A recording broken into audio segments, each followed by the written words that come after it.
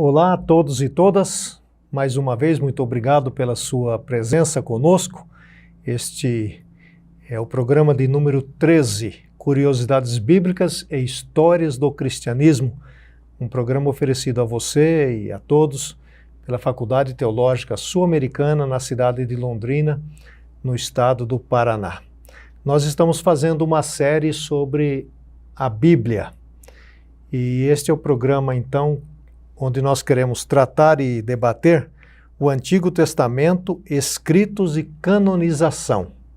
Será um programa bastante interessante. Eu quero desafiar você, ainda no começo do programa, a convidar alguém. Copie o link e mande aí para o WhatsApp de um amigo, de uma amiga, do seu pastor, da sua pastora, porque o programa vai ser bastante rico, com muitos detalhes.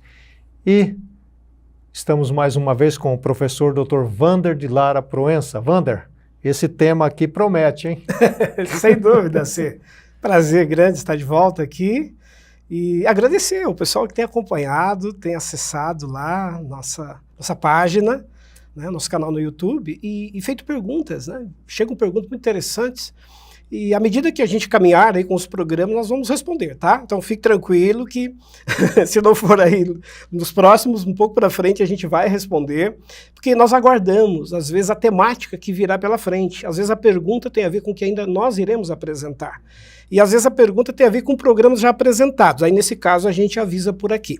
Então o programa, na verdade, é esse bate-papo, essa conversa. E desde o início, né, assim, nosso objetivo foi trazer numa linguagem mais simples, mais clara, mais direta, aquilo que nós produzimos e trabalhamos aqui no curso de teologia. E a ideia é perguntar aquilo que as pessoas que estão do lado de lá queriam perguntar. Né? E às vezes não tem para quem, então pergunta para nós aqui. E você mencionou programas anteriores, eu queria dizer que o nosso programa sobre Paulo, 2 programas, aliás, se você não viu ainda, deve ver, já tem mais de 13 mil visualizações, pessoas que viram o programa. Ele está muito rico, aquele programa sobre o apóstolo Paulo. Então, como nós dissemos, hoje nós vamos fazer então o programa de número 13, o Antigo Testamento, escritos e canonização. Aliás, uma observação, essa série sobre a Bíblia teria 6 capítulos, ou 6 eventos, e nós incluímos um outro que seria e que será então sobre a história de Israel. Nós vamos falar sobre os exílios, sobre a Babilônia, sobre a Síria, enfim, os detalhes mais pertinentes de como Israel se desenvolveu. É bastante interessante para entender então o Antigo Testamento. Wander, vamos então começar aqui o nossa conversa. Nós já vimos no Novo Testamento que havia o aspecto da tradição oral. Lógico, né? Jesus veio, realizou seu ministério e retornou aos céus, e aí, conforme ele mesmo pediu, os discípulos e os outros começaram a falar sobre ele, o que ele fez, como ele agia, o que ele pregou, o que ele falou, e aquilo então virou uma tradição oral, até que o Novo Testamento foi escrito, e nós já vimos isso com bastante detalhes. Essa tradição oral também aconteceu no Antigo Testamento? Porque é uma curiosidade aí que muitas pessoas têm. Sim, assim, legal a questão, a gente começar a partir daí. De fato, aconteceu exatamente isso, né? Há uma longa tradição oral que precede a escritura, né? A transformação em texto daquilo que foi a vivência, a trajetória do povo hebreu. Vamos observar que a tradição oral é uma característica dos povos antigos, dos povos semíticos, que é o caso dos hebreus, que é aquela tradição de você ensinar para o filho transmite para o neto e assim de geração após geração. Então, é um costume, é uma tradição do povo hebreu e que vai exatamente marcar a formação da Bíblia. Então, antes daquilo que nós chamamos hoje de Antigo Testamento, de forma escrita, como nós conhecemos, com os 39 livros, houve uma longa tradição oral. A outra razão é, claro, o pouco acesso à leitura. Estima-se que no mundo antigo, na antiguidade, quando os primeiros textos bíblicos foram produzidos, apenas de 5 a 10% sabiam ler. Então, há um grande número de pessoas que não têm acesso à leitura, não sabem ler, e, por consequência, não fazia sentido, então, transformar em texto. Além do que, a gente poderia acrescentar uma terceira questão, que é a dificuldade de se escrever. Nós vamos falar daqui a pouquinho dos materiais de escrita. Eram materiais caros, então ter um texto em casa, ter um livro em casa, um livro particular, era privilégio de uma elite, de pessoas que tinham posse, que tinham bens, tinham recursos, né? Isso era bastante oneroso. Então nós temos, e a gente vai falar daqui a pouquinho, aí séculos e séculos de tradição oral para futuramente, né, e posteriormente, então, esses saberes, esses conhecimentos serem fixados na forma escrita. Wander, eu vi recentemente um filme que tem como pano de fundo Israel e achei bastante interessante também a importância das canções, das músicas. Na tradição oral, penso que também se usava o elemento da música, né? Porque os salmos refletem isso. Sim, a tradição oral vem por essa via, né, da música, das poesias recitadas, e também nos ritos litúrgicos, né? O culto, a celebração, a vivência da fé passa muito pelo elemento da tradição oral. É o pai, a mãe, enfim, a família que se reúne ao redor da mesa para um jantar, para uma festa sagrada, no caso do calendário judaico, e ali o pai tem a missão e a tarefa de transmitir aos filhos, à família, os ensinamentos recebidos dos seus pais, que receberam dos avós, e assim, geração após geração. Geração a geração. É muito interessante Muito. mesmo.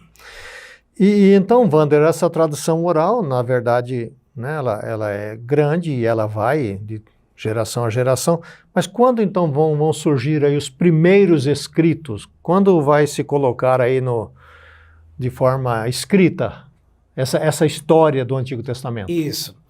Isso vai acontecer de forma, enfim, planejada, organizada a partir de Salomão. Vamos lembrar da história de Israel, dos hebreus. Nós vamos ter, inclusive, aqui uma aula, um programa específico sobre a história de Israel, aí vai ficar mais claro para quem estiver nos acompanhando.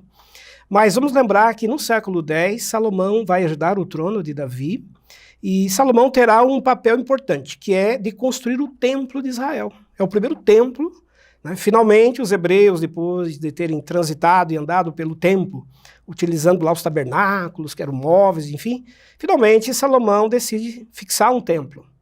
E ao construir o templo, ele vai organizar toda a estrutura de funcionamento desse templo, né? Os sacerdotes, as funções litúrgicas, e ele vai criar no templo de Jerusalém uma escola de escribas, né, que são cronistas. Ele vai contratar esses cronistas, vai designá-los para que eles, então, pudessem fixar a tradição oral em escritura, em texto. Então, resumindo, nós temos a partir de Salomão o início das primeiras redações, das primeiras compilações daquilo que era a tradição oral. Século X para século IX, antes de Cristo, é o período em que os primeiros textos, vamos pegar o caso do Pentateuco, né, que são os primeiros livros do Antigo Testamento, são atribuídos a Moisés, mas Moisés é um personagem do século XIII a.C. Então, né? Ele vinha a tradição oral, ensinando, e aí coloca-se... transforma-se em texto. Então, por isso que se diz que Moisés é o autor do Pentateuco, dos primeiros 5 livros da Bíblia. Não é que ele escreveu, né? Exatamente. Vinha se falando, né? A autoridade é dele, né? Ele que presidiu esse tempo, é ele que é portador desses ensinamentos. Mas é, na verdade, uma vivência coletiva. E, então, assim, de forma resumida, nós temos dois tipos de autores dos escritos bíblicos.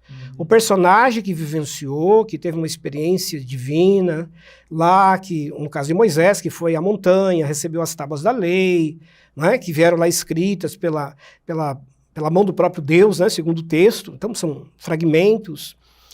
As demais revelações que Moisés e outros personagens receberam.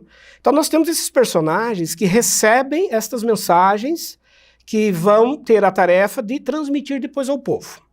Mas depois nós temos uma segunda parte que é daquele que redige o texto. O redator. Né? O redator. Então nem sempre, geralmente, o redator não é o mesmo autor daquele personagem. Por causa do tempo, né? Do tempo.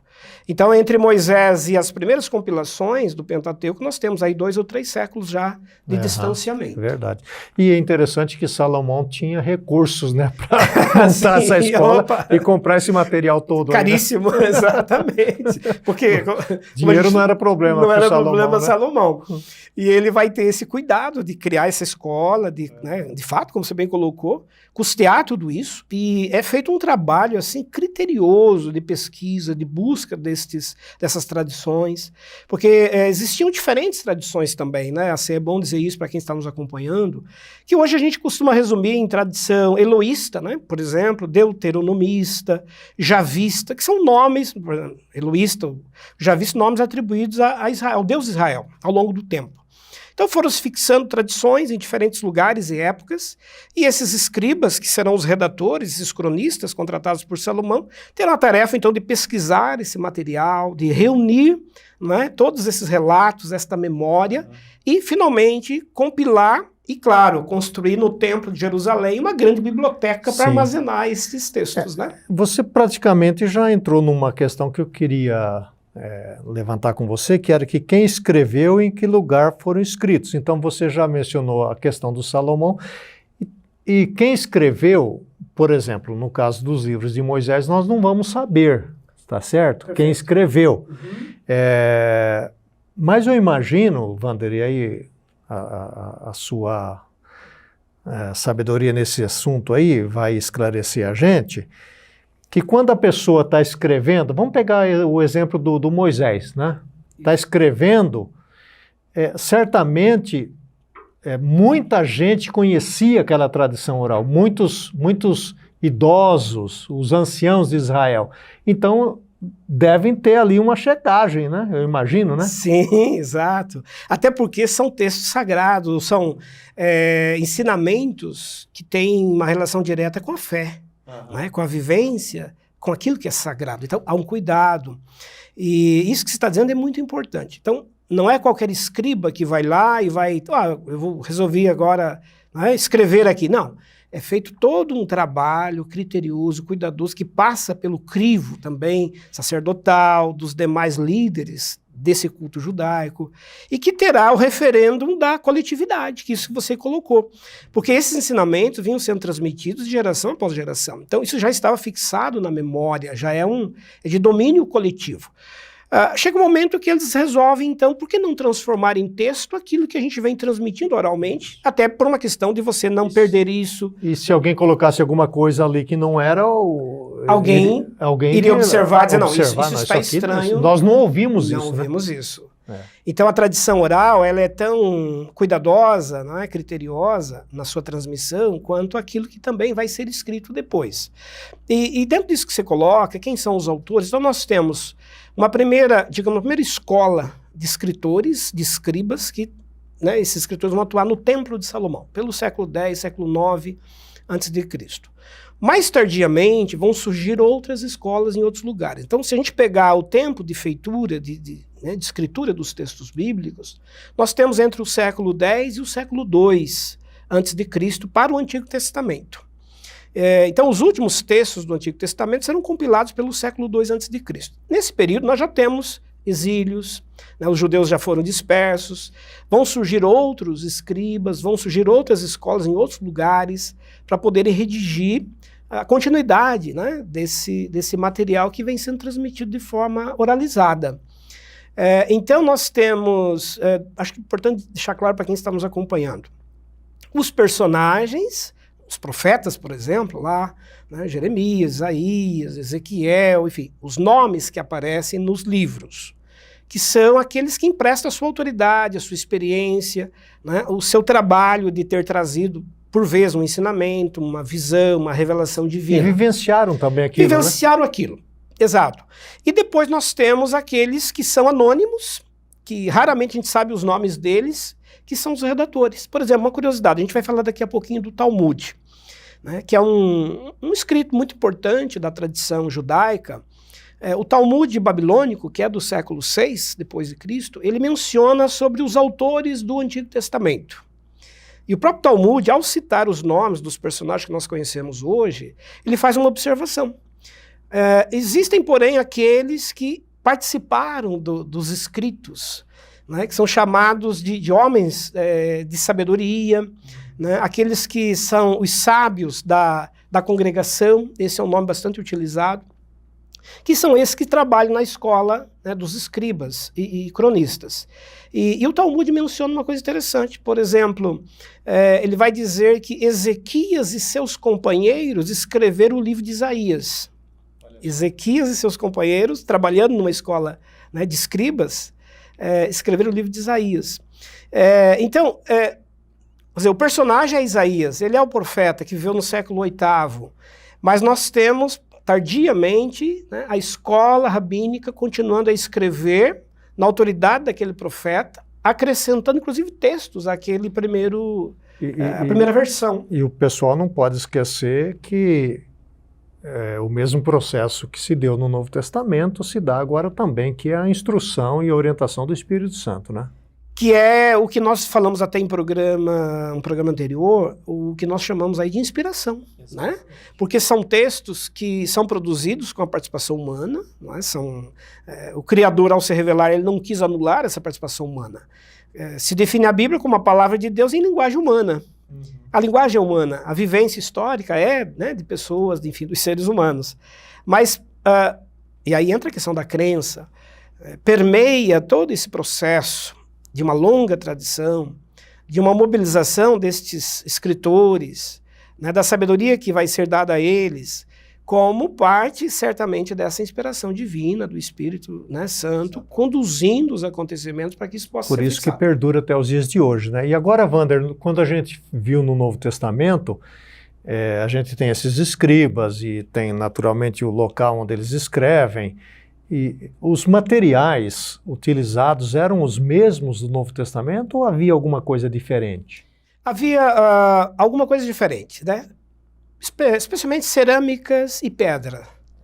É outro material bastante utilizado, que são os documentos mais duráveis e que chegaram às descobertas arqueológicas. Então hoje, quando os arqueólogos vão pesquisar o mundo antigo, né, do Antigo Testamento, vão encontrar fragmentos ou algum tipo de registro mais antigo, normalmente em cerâmica ou pedra. Por quê? Porque tanto o couro, pele de ovelha, quanto o papiro, que já falamos sobre o Novo Testamento, eles, claro, se perdiam com mais facilidade. Desgastavam, se né? desgastavam mais pelo tempo. Então, nós temos acesso normalmente a esses materiais mais duráveis. No geral, nós podemos colocar então 4 tipos de materiais utilizados para o Antigo Testamento. As pedras, né, ou cerâmicas, preparação feita a partir da argila. O couro, que é, enfim, né, o pergaminho, que são os rolos de ovelha ou de cabra. E o papiro, que é a casca daquela árvore. E claro, a tinta, né, uma tinta muito especial, feita a partir de base de metal, a partir de algumas plantas também, utilizadas para se fazer o registro e para que isso, né, ficasse e durasse mais tempo. Muita ciência aí nesse projeto, né? Por isso que a gente falou que era algo oneroso e caro. Não dá para você ter em casa um livro facilmente. Não é como hoje que você vai a uma livraria e compra um livro, não é? Isso envolvia desde uma capacidade, uma habilidade de quem vai escrever, de um material cuidadosamente preparado, e a dificuldade de você armazenar. Vamos imaginar um livro como Gênesis, né, ou Isaías, que são dezenas de capítulos aí. Como é que você guarda esses rolos todos em casa? E se for em pedras, então coloca onde extremamente, isso, né? Em cerâmicas. Cerâmica, então né? é muito complexo para você ter isso. Custa caro. Tanto é que a gente vai falar daqui a pouquinho, mais adiante aí no programa, isso era tão raro que as sinagogas que abrigavam geralmente um livro, às vezes 2, uma sinagoga que tinha 2 ou 3 já era uma riqueza, né? Guardava aquilo ali na sua biblioteca para que coletivamente as pessoas pudessem ouvir. Então, resumindo, nós temos em relação aos textos do Antigo Testamento muito mais ouvintes do que leitores. Normalmente é um leitor e muitos ouvintes. Porque os textos são raros, são de difícil acesso, normalmente lidos nas reuniões durante as celebrações litúrgicas. E dentro ainda desse aspecto, Wander, nós temos lá o redator, nós temos agora os materiais, as tintas, os locais, e essas pessoas escreveram em qual idioma? Mais de um? Isso. o Antigo Testamento ele é escrito basicamente na língua hebraica com partes em aramaico. É esse hebraico que fala hoje? É o hebraico falado ainda hoje. É o mesmo. Ainda hoje. Tem até uma questão de um dos ouvintes, que nós vamos responder daqui a pouquinho no programa, ele está perguntando sobre como é que era a escritura hebraica, né? A língua hebraica é uma língua importantíssima, claro, para a preservação, inclusive, da identidade dos hebreus. É uma língua muito particular, tem uma estrutura semítica, ela não tem vogais, né? Só consoantes. E esses escritos não tinham nem pontuação, como nós já falamos em programas anteriores. Então, esses textos eles foram preparados prioritariamente para os próprios hebreus, que dominavam a língua hebraica. Mas tem uma boa parte também aramaica. Vamos lembrar que a língua aramaica é a língua mais originária. Era a língua, o idioma falado em casa, na família, né, com os pais e os filhos. O hebraico é a língua mais abrangente. Nacional. É o culto, a liturgia, o dia a dia, o convívio na sociedade, passava pelo hebraico. No caso do Novo Testamento, nós já mencionamos em programas anteriores, vai entrar o grego. Então o Novo Testamento terá esse diferencial por ter o grego. Então a Bíblia, no seu conjunto, terá essas 3 línguas, esses 3 idiomas, né? Muito bom. E eu imagino que era uma tarefa demorada essa de colocar... Bom, eles tinham que colocar primeiro... fazer um rascunho, né? Vamos chamar assim, né? Para apresentar para a comunidade, né? Depois, para também arrumar, não era fácil não, né? Olha, imagina, se cometer um erro, né? O redator aqui não é isso não, aqui é tal coisa. Eu imagino que deve ter demorado um tempo para isso ser produzido, né? Esses livros. Sem dúvida, é um processo extremamente complexo, né? Você está dizendo, hoje nós estamos acostumados a deletar, né? A digitar ali, errou, você vai lá, já deleta e já refaz, né? Aqueles que são de uma idade um pouquinho mais avançada vão lembrar dos tempos da máquina de escrever, que já era complicado, né? O corretor ali, né? Você escrevia, se errasse, tinha que voltar com o corretor, dava um trabalho enorme. Imaginemos isso, então, escrevendo em textos, né? Em argila, ou mesmo em papiro, que é um material extremamente sensível. Então você não pode errar, você tem que ter minimamente aí a margem de erro. Por isso que se diz que havia um cuidado enorme, né? Esses copistas, eles eram extremamente habilidosos. Treinados. Né? Existiam escolas assim, de escribas. O Talmud, inclusive, chega a mencionar esse documento que eu citei, né, dos hebreus, 460, 480 escolas de escribas espalhadas entre todos os judeus que viviam pelo mundo antigo. Por quê? Porque existiam pessoas que se qualificaram, estudaram para fazer estas cópias, para fazer essa escritura. Então, digamos que, não que eles atuassem sozinhos e por conta, existiam pelo menos 480 ali no mundo, mais próximo do Novo Testamento, de pessoas credenciadas para poderem trabalhar nesse tipo de relato, nesse tipo de escritura. E basicamente elas faziam eram 3 trabalhos, o trabalho do escriba. Primeiro, de pesquisar a tradição oral, de ouvir cuidadosamente, conferir, checar, verificar a origem, a procedência. Segundo, redigir, escrever, né, fazer a primeira escritura. E terceiro, fazer as cópias. Então, a terceira função era muito importante. Fazer cópias para as comunidades judaicas que estavam espalhadas pelo mundo antigo. Aí já podia ser outra pessoa, inclusive, né, para fazer a cópia. Poderia né? ser. Você tem aquele que é especialista na escritura em si, e aqueles demais que vão fazer as cópias. Copistas, né? Os copistas. Porque vamos lembrar que os hebreus, vamos tomar como referência a época de Jesus, estima-se aí em torno de 5,5 milhões de judeus no mundo antigo. Desse total, 1/3 apenas vivendo na Palestina. Então nós temos 2/3 de judeus, de 5,5 milhões, espalhados, né, na chamada diáspora, na dispersão. Esses judeus formaram as sinagogas, onde eles viviam em cada cidade e criavam uma sinagoga. A sinagoga, ela precisava ter pelo menos um exemplar. Porque a palavra sinagoga significa casa do livro.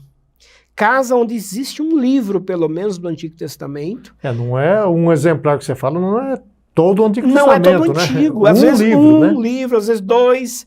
E aí tem todo um trabalho, por exemplo, de solicitação de cópias. Por exemplo, abrir uma sinagoga nova lá, numa região, eles não têm ainda uma cópia de nenhum livro do Pentateuco, nenhum dos profetas. Mas eles querem. Entram em contato com as escolas, por exemplo, do templo, né, a escola que estava lá, a escola rabínica, a escola dos escribas, solicitando uma cópia, uma permissão para que eles pudessem, então, redigir, né, e produzir uma cópia de um escrito desse.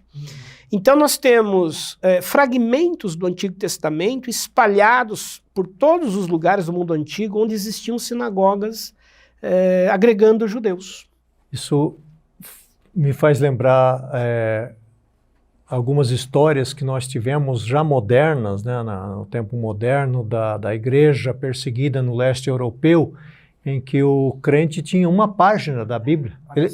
A igreja recebia uma Bíblia, muitas vezes, que era levada de forma, né, camuflada, sigilosa, e não tinha Bíblia para dar para ninguém, então dava uma folha para um, 2 folhas para outro, e o sujeito lia aquilo, né?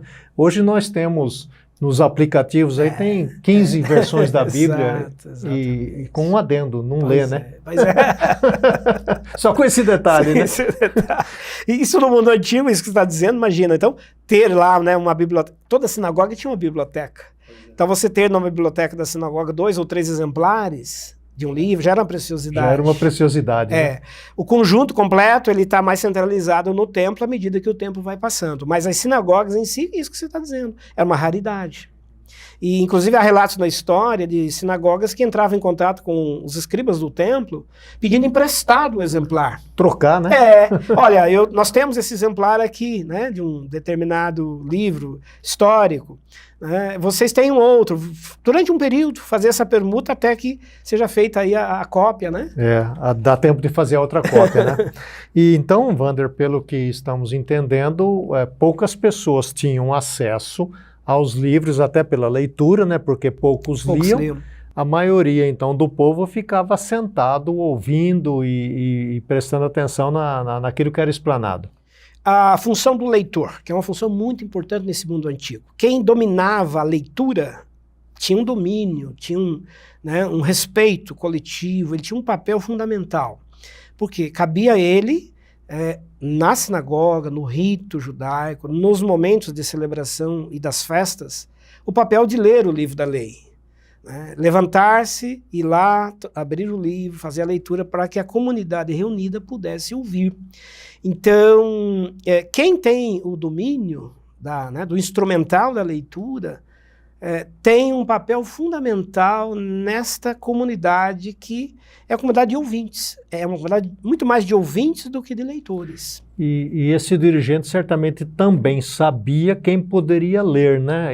Por exemplo, lembra a história de Jesus, né, em Lucas 4, que foi dado a ele, né? Então a pessoa sabia que ele sabia ler, né? Chamou, ele tinha o domínio da leitura. Porque você não vai dar um livro para um sujeito ler se ele não sabe ler. Ele estava, digamos, apto. Normalmente o chefe da sinagoga, o ancião, ele que conhecia, administrava, né? Ele já credenciava as pessoas que tinham papéis e funções no rito litúrgico, né? no ato celebrativo dos judeus. E dentre aqueles que eram escolhidos estava o leitor. Aquele que tinha um papel.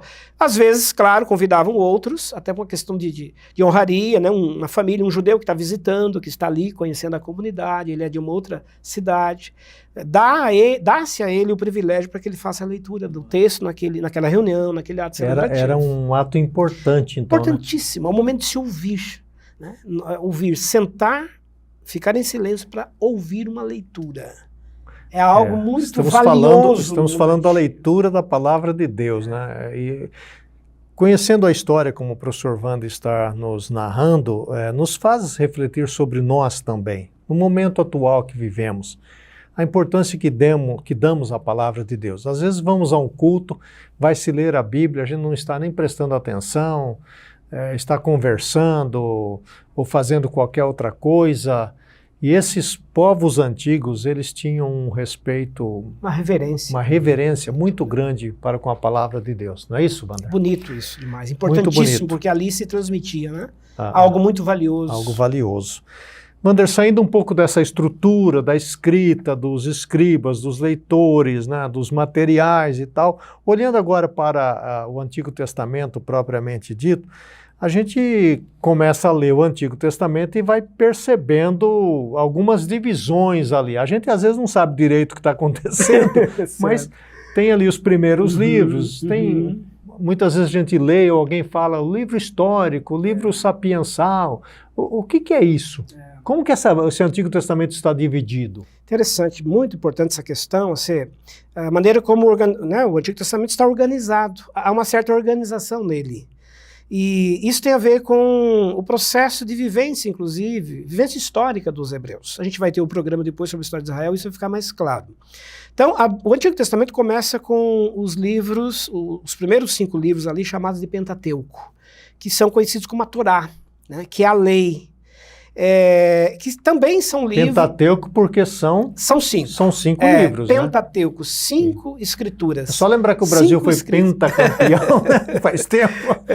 Então são 5 livros, 5 né? escritos, 5 livros que compõem o que se chama aí de Torá, que é a parte mais sagrada para os hebreus. Essa parte aí. É a parte. A gente vai falar um pouquinho mais adiante aí no programa sobre a canonização, como é que se deu a finalização do cânon no Antigo Testamento.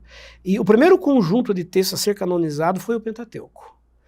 Inclusive, entre os samaritanos, aquela ramificação judaica, né, de miscigenação, mistura com outros povos antigos, os samaritanos têm só o Pentateuco. Eles só aceitam o Pentateuco como escritura divina, inspirada. Então, o primeiro bloco textual canonizado, reconhecido como palavra de Deus, revelação de Deus, é o Pentateuco. Por isso que ele aparece já nessa ordem ali. Depois nós temos um outro conjunto que é bem importante, que são os chamados livros históricos, né, que vão os livros de reis, crônicas, que são as narrativas da história dos hebreus, da sua vivência religiosa. Nós temos os livros de sabedoria, os chamados livros sapienciais, que são aí provérbios, cantares, eclesiástico, livros que instruem, que ensinam o dia a dia, o modo de vida das pessoas. E temos um outro conjunto bem importante que são os profetas. E aí em 2 grandes blocos, chamados profetas maiores e os profetas menores. Então, em linhas gerais, a Bíblia hebraica ela está dividida nesse conjunto de textos, né?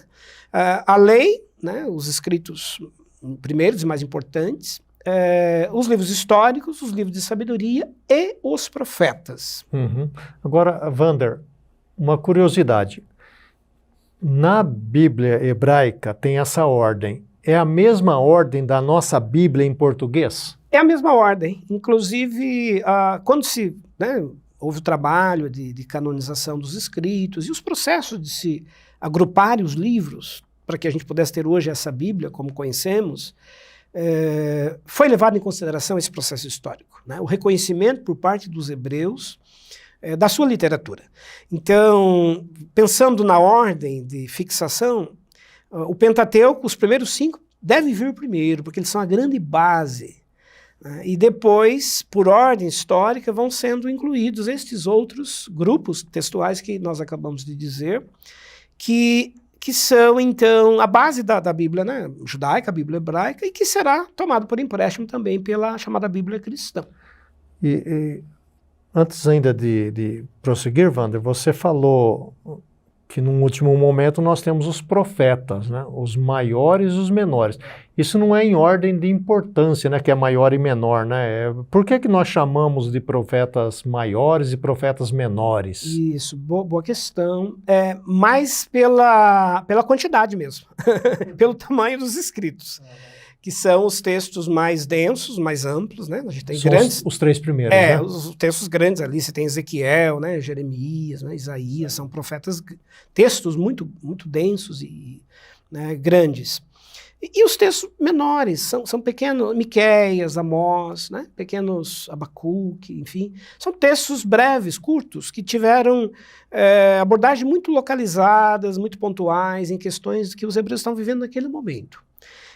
Então é mais por ordem mesmo de quantidade, digamos assim. Do tamanho da escrita, de tamanho né? da Não escritura. É de importância, né? Não de importância, porque no conjunto todos têm o seu papel, todos têm a sua importância. Porque às vezes alguém escuta profeta menor, então porque para nós quer dizer menor não tem importância, né? Isso, não, menos mas não importante isso, que o outro. Menos importante, né? Eles têm todos a mesma importância. A questão mesmo é a quantidade de texto em cada um. Exatamente. Se a gente for transportar para o Novo Testamento, se a gente pega os escritos de Paulo, né, só comparativamente, Romanos, um texto longo, os Coríntios, né, primeira carta, e Filemão, que é praticamente um capítulo, né? Exatamente. Uma página. Então ali seria um fragmento bem breve, mas não menos importante. Exatamente. Ele tem tanto valor Aliás, quanto... muito importante muito o livro de Filemão, né? importante. Esses livros, né, a gente estava falando da redação antes e agora já falando dos livros ali conforme eles foram colocados na Bíblia. Eles foram já escritos do tamanho que eles são agora ou teve acréscimo aí, algum apontamento posterior? Sim, outro ponto bem interessante. Nós temos alguns dos escritos que tiveram acréscimos tardios. Os textos eles foram sendo elaborados com o passar do tempo também, alguns desses textos. Vamos pegar o exemplo de Isaías, que nós citamos. Isaías tem uma primeira versão, ele é um profeta do século VIII, antes de Cristo, mas nós temos o chamado Deutero-Isaías. Deutero significa segundo, né? Uma segunda versão, que é a ampliação. É uma versão ampliada de Isaías, que vai ser uma redação mais tardia. Já estamos falando aí de século V, século IV, né, antes de Cristo. Essa segunda parte, né, que a gente chamaria, por exemplo, Coríntios, né, comparativamente com o Novo Testamento, a gente tem a primeira carta de Paulo, depois tem a segunda, né, que foram se juntando e nós temos hoje essa carta. No caso de alguns escritos do Antigo Testamento também, uma primeira versão de Isaías e uma versão mais tardia. Por quê? Porque novas questões surgiram, novos assuntos que os hebreus estavam vivendo depois do exílio, precisavam agora de esclarecimento, de interpretação. E aí os escribas, os cronistas, têm o papel de fazer esse adensamento, esse acréscimo. Deuteronômio é um outro exemplo, né? Deuteronômio significa segunda lei, nômio é lei, deutero, segundo. Então, a segunda lei. Há uma primeira versão desse livro e há uma segunda versão mais ampliada, que se chama então de Deuteronômio. Então, resumindo, ao longo do tempo... Tem também o relato de Moisés, que ele morreu, né? Exato. Ele não pode ter falado que ele morreu, não? Que não ia falar, exatamente. Alguém acrescentou, né? Uhum. Alguém fez essa redação. Por quê? Porque uma nova realidade, um novo cenário agora se apresenta e é preciso incluir, né, essa narrativa. Então, o Antigo Testamento, ele tem, digamos, um processo histórico de construção, estamos falando de construção literária agora, né, de fixação em texto, do século X ao século II a.C. Então nós temos aí em torno de 8 séculos de redação dos escritos do Antigo Testamento. Nesse processo, nesse período, nós temos adições, acréscimos, porque, como a gente citou também no início do programa, existiam tradições diferentes. Às vezes uma tradição tinha uma memória do relato, uma tradição oral, que contava uma história. Um outro grupo de judeus vivendo em outro contexto, em outro lugar, havia preservado uma outra tradição oral, com mais detalhes, com mais acréscimos de informações. Mais tarde, quando os copistas foram juntar as tradições, tem uma tradição eloísta, javista, deuteronomista, eles vão pegar essas tradições orais e vão poder, inclusive, acrescentar algumas coisas. Por quê? Porque obtiveram mais dados na hora da compilação. Uhum. Né? A gente tem isso também no Novo Testamento. Tem, são trocas de textos. Olhares que enriquecem aquele evento, né, de diferentes perspectivas. Perfeito. Né? No caso, vamos pegar um exemplo do Novo Testamento de novo, de Jesus lá. Tem um evangelho que diz que foi um cego curado, o outro diz que foram 2. Mas será que é uma contradição? Não. É que uma tradição fixou um relato, quis contar a história de um cego curado.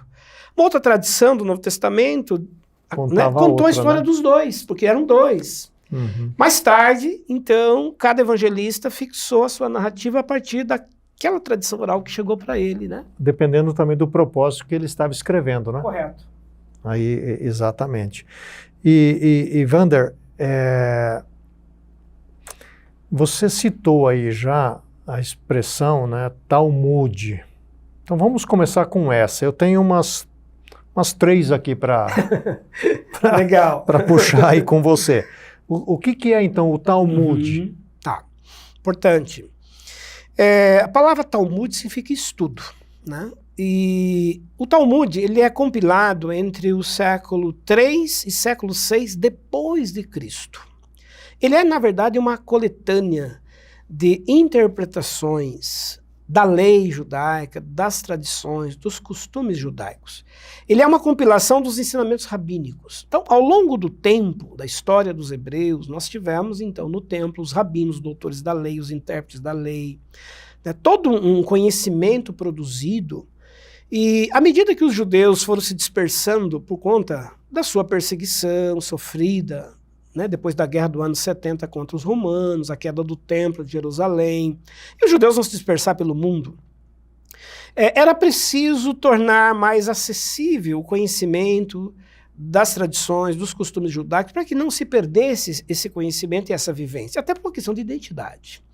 Então, resolveram, né, os judeus compilar todo um resumo daquilo que de mais importante havia nas suas tradições e costumes. Então, o Talmud, ele é uma explicação da lei, tanto a lei escrita quanto a lei oralizada, as tradições orais. Então, Wander, num certo ensinadas. sentido, o Talmud, ele segue a sequência da Bíblia. Ele era oral, né, esses ensinamentos dos rabinos, vivenciados. Ele era oral. Perfeito. Aí até que se colocou no papel Colocou isso. no papel aquilo que vinha sendo transmitido, ensinado, ou mesmo parte também textual que os rabinos haviam produzido, comentários, né? Certo. Interpretações de determinados textos hebraicos. E ele é bem apreciado pelos judeus? Demais. Ele é tão importante para os judeus assim, que ele é considerado um complemento à Bíblia.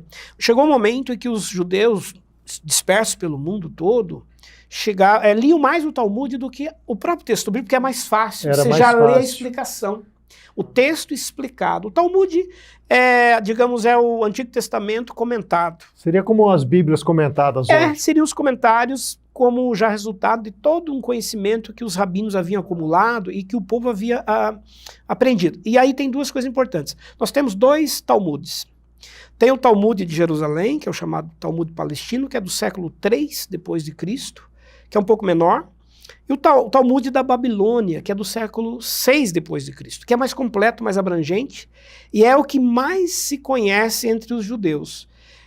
Então, para o judeu, você tem o Antigo Testamento e depois tem o Talmud. Ele vem como um complemento dos escritos. E tem, se alguém aí, eu imagino que alguém está perguntando ou querendo saber, tem acesso a isso tem hoje? Tem acesso, tem a venda em livrarias, inclusive em língua portuguesa. Você pode comprar as tradições judaicas. Né? Então, se alguém quer se aprimorar, se aprofundar mais nas questões do Antigo Testamento, lembrando que são interpretações da época, da época, a partir dos rabinos, da visão judaica, hebraica, das suas tradições. Interpretações da lei e dos costumes judaicos. Então, o Talmud, por exemplo, se tem lá uma leitura do Antigo Testamento, vamos dar um exemplo. Né? Você tem uma leitura do Antigo Testamento, de uma passagem lá, em que diz que as pessoas tinham que viver desse ou daquele jeito. O Talmud vem e explica com detalhes o que era aquilo, o que significa, quando que se pode praticar isso, quando que você não deve praticar aquilo. São ensinamentos morais, de modo de vida. E o Talmud ele tem ensinamentos para a vida pessoal, para a vida familiar e para a vida coletiva, religiosa, da comunidade judaica, como um todo. Interessante. Então, riquíssimo, é um texto, do ponto de vista histórico, assim, precioso demais para os judeus. Tanto é que ele é guardado nas sinagogas, lido nas sinagogas, usado como referência da interpretação judaica sobre a lei. Eram autoridades, né? Então fica aí a observação do professor Wander e quem sabe você procure aí um Talmud para comprar, não é? Isso. Wander, você já citou e eu queria que você explicasse um pouco melhor o que é então a Torá. Porque a gente está lá lendo um artigo lá qualquer, de repente a pessoa fala, porque na Torá, aí você fala, mas o que é isso? Né? Perfeito. Então, a Torá, a palavra etimologicamente significa lei, a lei, que tem a ver com os primeiros 5 livros que aparecem na Bíblia, como nós dissemos. É o que de mais importante os judeus têm em termos de revelação divina, o que a gente chamaria de Bíblia judaica.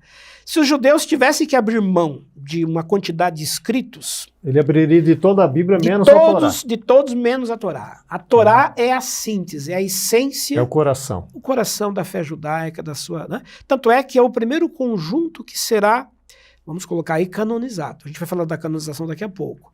Vamos tomar um exemplo aqui da história de Israel. Quando os judeus estavam no exílio, pós-período do exílio ainda, pós-exílio babilônico, já sob domínio dos persas, o rei Jeoaquim, que era o rei lá, ele pediu que os judeus escolhessem um conjunto de regras, de leis, de normas para guiá-los. Porque os persas tinham por princípio deixar que os povos dominados, cada um, seguisse os seus próprios costumes e tradições. Então foi feita aí uma convocação para que os judeus apresentassem aos persas qual seria o seu código de lei, de regra, de vida. Os judeus escolheram a Torá. Ó, a Torá, os 5 livros, nós estamos falando aí de século IV, século V a.C. Os 5 livros que nós seguimos, que a nossa regra de fé e prática, são esses 5 livros. Eu disse também que os próprios samaritanos, que formam aí uma derivação do povo hebreu, até hoje, a Bíblia deles se resume à Torá. É só a Torá. Eles não têm 39 livros, eles têm 5 livros, que são esses 5 primeiros que nós conhecemos. Então, os livros proféticos, os livros de sabedoria, os livros históricos, enfim, eles são agregados, né, tardiamente, gradativamente na Bíblia hebraica. A Bíblia hebraica começa sempre com a Torá. Você mencionou aí, Wander, os samaritanos, até a mulher pergunta para Jesus, né? E a pergunta dela é dentro da Torá, né? Correto. Sobre a adoração. Isso, né? O culto, como é que se deve adorar? Nós devemos adorar, né, lá em Jerusalém, no monte lá, né, no monte do templo, ou devemos adorar aqui no Monte Gerizim? Né? Vamos lembrar que o Reino do Norte é um reino que surge depois que há uma divisão lá, depois da morte de Salomão. Nós temos o Reino do Sul, formado lá por Judá e Benjamim, 2 tribos, e o Reino do Norte com as 10 tribos.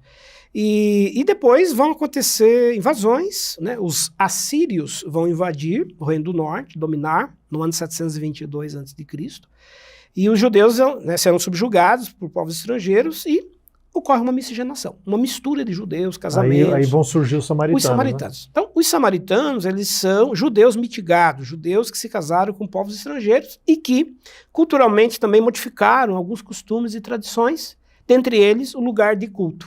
Deixaram de cultuar em Jerusalém e passaram a cultuar no Monte Gerizim.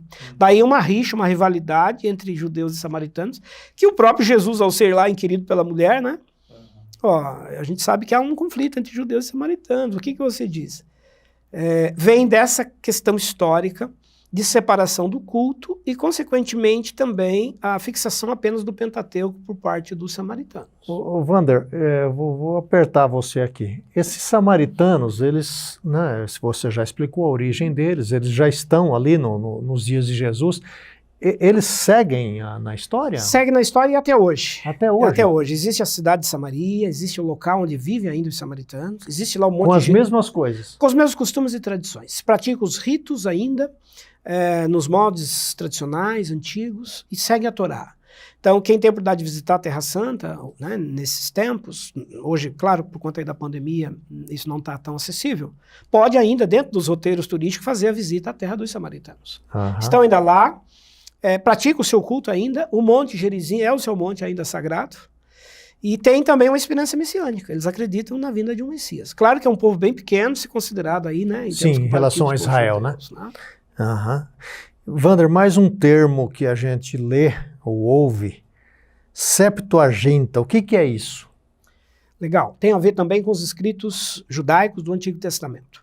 A palavra Septuaginta significa versão dos 70. Então vamos lembrar que existia, né, uma cidade bem importante no mundo antigo, que é a cidade de Alexandria, no Egito, fundada por Alexandre o Grande, no século IV a.C. Ele morre, mas a cidade continua tendo um grande papel cultural, um papel muito importante. E aí vem toda uma dinastia de reis que vão governar a cidade de Alexandria, e dentre eles o Ptolomeu I, que vai construir a grande biblioteca de Alexandria. A ideia é que ali fosse um grande centro cultural. Ele morre e vem Ptolomeu II, o filho dele. E Ptolomeu II, ele criou uma estratégia de ter livros de todos os povos, os lugares, os mais diversos, pelo menos um exemplar na Biblioteca de Alexandria. A Biblioteca de Alexandria chegou a ter em torno de 1 milhão de exemplares no mundo antigo. É a maior riqueza em termos de biblioteca. Ela é grande até para os padrões de hoje. Os padrões de hoje, 1 milhão de exemplares. E eles tinham como tarefa, assim, exigir que toda pessoa que visitasse a cidade levasse um livro de presente, especialmente as comitivas oficiais e os navios. Todo navio que atracasse no Porto de Alexandria tinha que doar um livro. Pois bem, Ptolomeu II pediu que tradutores judeus, né, rabinos, pudessem fazer uma cópia da Bíblia judaica, dos escritos judaicos, para eles poderem guardar na Biblioteca de Alexandria. E ele solicitou, então, e a tradição, né, não se sabe até onde isso é um pouco mítico, o histórico, enfim. Fato é que se acredita que 72 tradutores, 72 sábios, escribas, teriam feito a tradução de todo o Pentateuco, né, em 70 dias. Do Pentateuco? Do Pentateuco, em 70 dias. Daí ficou o nome Septuaginta. Depois eles continuaram traduzindo, para formar, então, o conjunto de todos os escritos judaicos na Biblioteca de Alexandria. Então nós vamos ter uma riqueza enorme. Por quê? O que é a Septuaginta? É a tradução para a língua grega.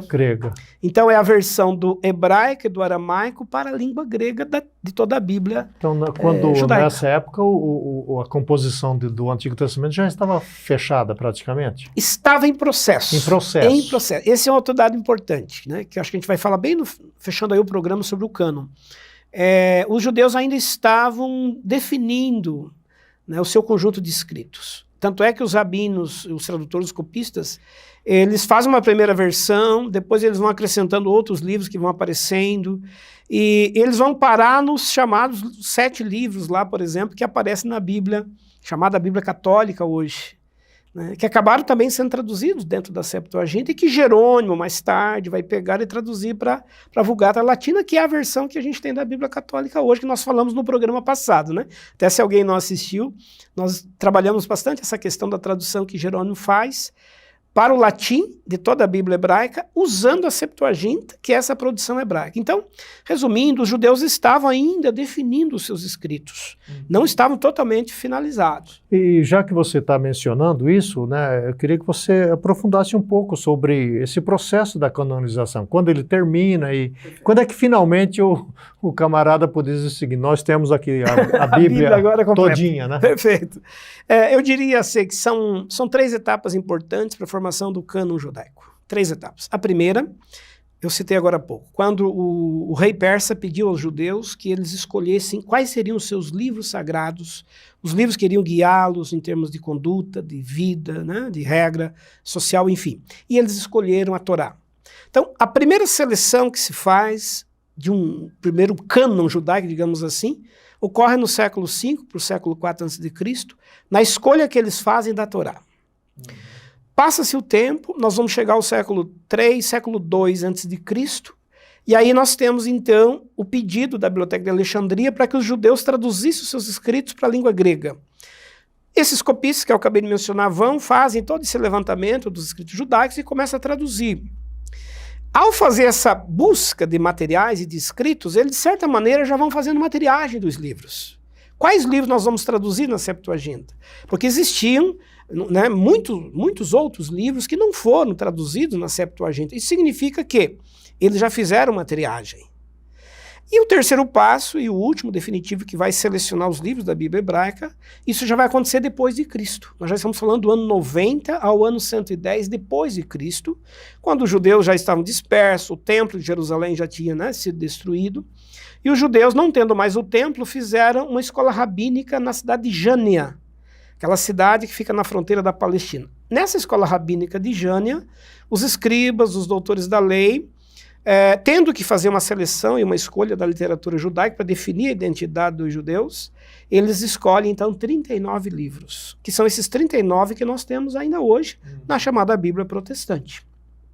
Então, nós dissemos no programa passado, se alguém não assistiu, pode ver lá, que os cristãos, quando vão terminar o seu cânon, fazer também a sua canonização, eles simplesmente referendam, tomam por empréstimo a decisão do cânon judaico de Jânia, né, que é do ano 90 ao ano 110, e diz: os judeus escolheram 39, nós vamos ficar também com 39, que é o que a gente tem hoje na Bíblia. Então, a Bíblia judaica, no certo sentido, né? Porque já estava definido. Já estava definido, né? Perfeito. Muito bom. Wander, eu tenho mais uma pergunta, mas antes de fazê-la, o Claudir, que é nosso ouvinte assíduo, né? Claudir, um abraço aí a você.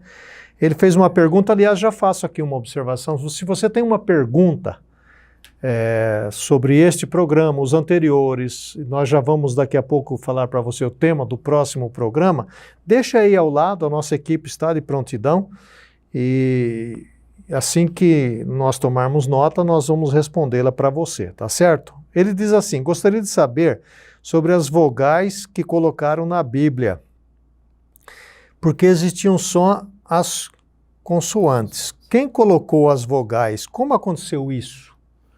Legal, obrigado, Claudir, né, que nos acompanha sempre, né, Sempre, amigo nosso, nosso amigo programa. nosso. Que joia, boa questão que você traz. Vejam, isso tem a ver com a língua hebraica, explicando então melhor, né, para quem está nos acompanhando. A gente mencionou agora há pouco. A língua hebraica não tem vogais, só consoantes. Então, o nativo, aquele que fala a língua, tem noção de que ali estaria uma vogal, mas ela está implícita. As vogais existem, mas elas são apenas vocálicas, apenas oralizadas. Na escrita elas não aparecem, né? O alfabeto judaico tem 22 letras. Então, são 22 consoantes. Bom, com o passar do tempo, especialmente depois que os judeus estavam já espalhados e dispersos pelo mundo por conta, né, da guerra contra os romanos, a queda do templo e tudo mais, o tempo foi passando e os judeus perceberam que os mais novos, mais jovens, estavam tendo uma certa dificuldade para lidar com a língua, estava havendo uma certa tendência de abandono da língua hebraica. Então, para não perder a fala, que tem a ver com a identidade do povo, surgiu uma escola, né, chamada Escola dos Massoretas, ou Massoretas, entre os séculos V e o século XV depois de Cristo, Idade Média já. Os massoretas, como são conhecidos, eles vão suceder os escribas, esses escribas antigos que nós falamos. Né? A palavra massoreta significa tradição. Então, são estudiosos, pesquisadores, estudiosos da língua hebraica, né? Da gramática, da fala, né? da escritura hebraica. E eles vão criar uma estratégia de inserir na Bíblia aquilo que era apenas oralizado e vocálico, inserir como sinais massoréticos, que correspondem às nossas 5 vogais. Então, quando a gente pega hoje uma Bíblia já com os acréscimos massoréticos, as vogais vão aparecer nesses sinais gráficos. Então, um sinal corresponde ao A, outro sinal corresponde, né, ao E e assim por diante nas vogais, facilitando a leitura. Então, as novas gerações hoje, né, de judeus, já podem ler as escrituras com os sinais massoréticos. Ficou mais fácil. Né? Ficou mais fácil. Então foi uma forma, e aí respondendo a pergunta dele, Claudir, esses acréscimos eles são da Idade Média, eles vão acontecer entre o século V e o século XV, e a primeira versão do Antigo Testamento com esses sinais massoréticos são do século XVI, com a invenção da imprensa. Quando ocorre a invenção da imprensa, né, por Gutenberg lá, em 1456, na região germânica, os judeus logo se apressaram também a ter gráficas. Os judeus vão ter as suas próprias gráficas para poderem imprimir os seus escritos. E uma das primeiras impressões que eles fazem é de uma versão da Bíblia com os sinais massoréticos, facilitando então que os judeus e os hebreus espalhados pelo mundo todo pudessem agora ter mais acesso e familiaridade com seus escritos sagrados. Está aí a pergunta do Claudir e respondida de forma brilhante pelo professor Wander. Wander, você, além de historiador, professor, acadêmico, é também pastor. Eu vou fazer uma pergunta para você. Por que o crente lá na igreja, a crente, deve ler o Antigo Testamento? Qual a razão de ler? Porque até o Novo mesmo, o Novo já explica sobre Jesus, a salvação. Por que eu vou perder meu tempo lendo essas coisas do Antigo Testamento? Então, o que você responderia para essa pessoa? Legal.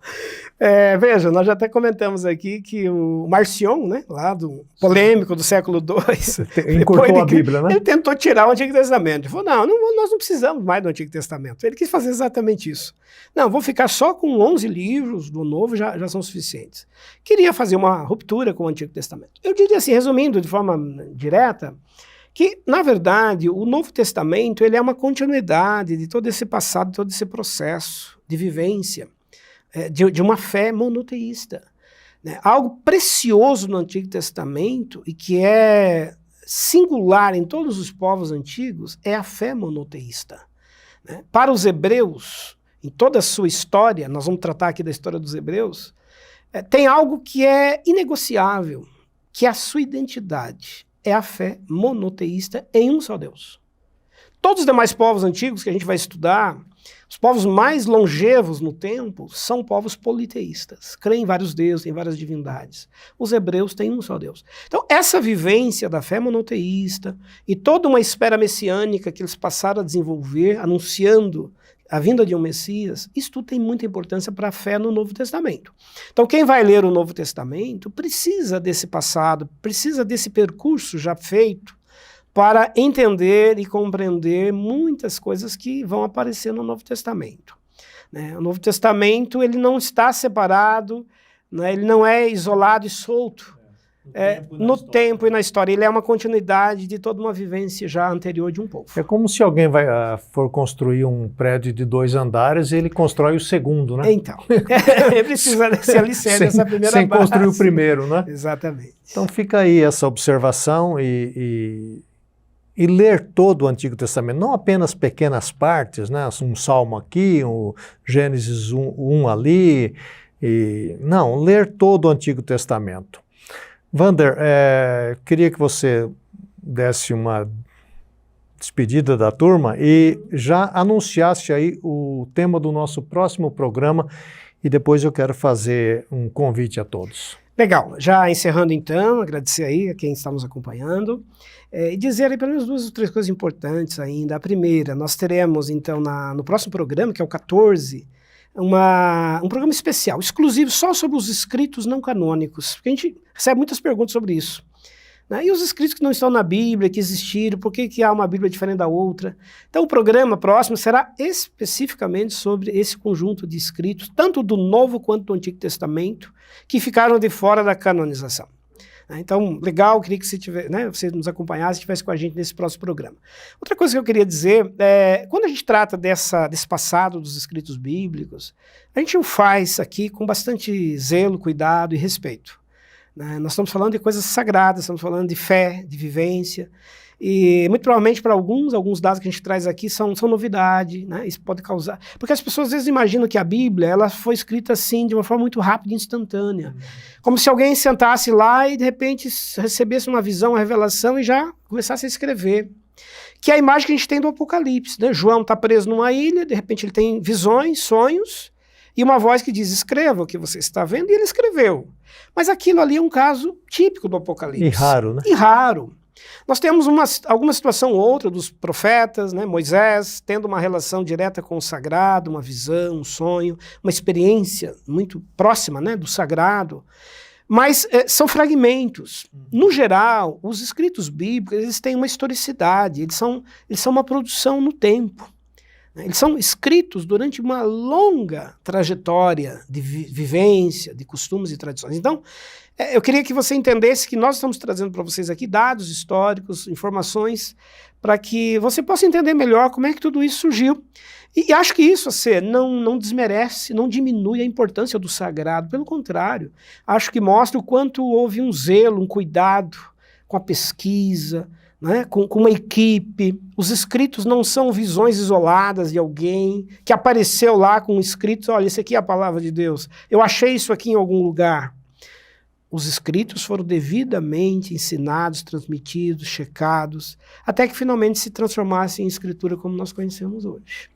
É isso mesmo. Isso faz lembrar Martinho Lutero, Ele não queria saber de anjos descendo, anjos subindo, visões disso, visões daquilo. Ele disse, o que me interessa é a palavra de Deus que me fala sobre hoje e sobre a eternidade. Então, esse zelo e esse amor pela palavra é o que nós temos aqui na Faculdade Teológica Sul-Americana, e eu quero aproveitar e fazer um convite a você ou aos seus amigos, pessoas da sua convivência, para que venham estudar teologia conosco. Nós temos vários cursos, bacharel em teologia, que é o nosso curso carro-chefe, que tem mais alunos, 3 anos online, você faz na sua casa, no horário da sua conveniência, um curso reconhecido pelo MEC, que depois lhe dá direito a fazer um mestrado e eventualmente um doutorado. Nós temos também pós-graduação.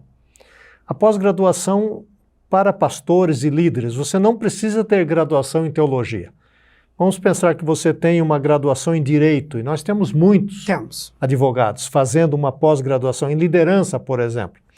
Nossa pós-graduação em liderança se chama Liderança Transformadora. Você pode aplicar isso na sua empresa, pode aplicar no seu local de trabalho ou mesmo na igreja. E temos também um mestrado profissional em teologia. Então fica aí um convite, visite a nossa página www.ftsa.edu.br. Temos ali artigos para você ler, temos informações da escola. Por favor, né, venha estar conosco e junte-se a nós nessa caminhada aí do saber cristão. Que Deus abençoe a sua vida, a sua família, a sua comunidade e até a próxima oportunidade.